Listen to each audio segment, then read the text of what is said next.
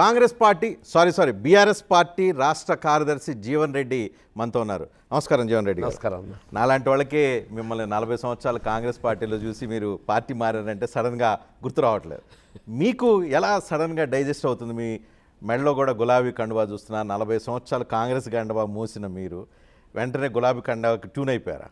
అంటే వాస్తవంగా ఇవన్నీ ఊహించిన పరిణామాలే. నేను నా సుదీర్ఘ ప్రజా జీవితం 4 దశాబ్దాల పైగా కాంగ్రెస్ పార్టీతో ఉన్నటువంటి అనుబంధం, సరే ఎన్నికల్లో గెలవడం ఉండడం సహజమైనప్పటికీ నేను ఈనాడు కూడా ఏదైతుందో అధికారం ప్రతిపక్షం అని చెప్పని భావించలేదే. ప్రజల పక్షాన్ని నిలబడి ప్రజా సమస్యల పరిష్కారాన్ని పాటుపడాలని భావించడం జరిగింది తప్ప ఎన్నడూ అధికార పక్షం అనేటువంటి ఒక భావన నాలో రానివ్వలేదు. కాంగ్రెస్ పార్టీ నాయకుడిగా ఇన్ని రోజులు ఉన్న మీకు అది తృప్తి అనిపించిందా? లేదు అంటే ఇప్పుడు బీఆర్ఎస్ ప్రధాన కార్యదర్శిగా పిలిపించుకోవడం బాగుందా? నేను బీఆర్ఎస్ పార్టీ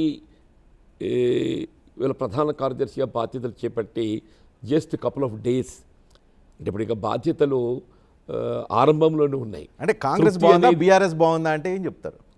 అంటే ఉన్న పరిస్థితుల్లో ఏదైతే definitely BRS is much better than Congress. 40 సంవత్సరాల కాంగ్రెస్, మీకు జీవిత రాజకీయ జీవితాన్ని ఇచ్చిన కాంగ్రెస్, మీరు పుట్టి పెరిగిన కాంగ్రెస్.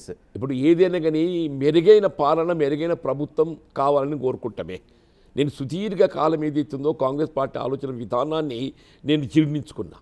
కానీ ఏమైపోయింది, ఎప్పుడైతే రాష్ట్రంలో కాంగ్రెస్ ప్రభుత్వం అధికారి రావడం జరిగిందో, మనం ఆశించినటువంటి ఒక ప్రభుత్వాన్ని వీళ్ళ ప్రజలకు ఇవ్వలేనప్పుడు, వీళ్ళ ఏ బీఆర్ఎస్ పార్టీ 2 పర్యాయాలు ప్రభుత్వం అధికారంలో ఉన్నప్పటికీ కూడా ఇంకా అంతకంటే మెరుగైన ప్రభుత్వం, మెరుగైన పాలన, వీళ్ళ ప్రజా సంక్షేమం దిశగా మరి పనిచేస్తుందని చెప్పి భావించిన కాంగ్రెస్ పార్టీ రేవంత్ రెడ్డి గారు ఏదైతుందో, ఎంతవరకు ఆయన స్వార్థ ప్రయోజనాలు, ఆర్థిక ప్రయోజనాలు మినహా అసలు కాంగ్రెస్ పార్టీ మూల సిద్ధాంతాన్ని వీడినాక ఇక కాంగ్రెస్ పార్టీ ఎక్కడుంది?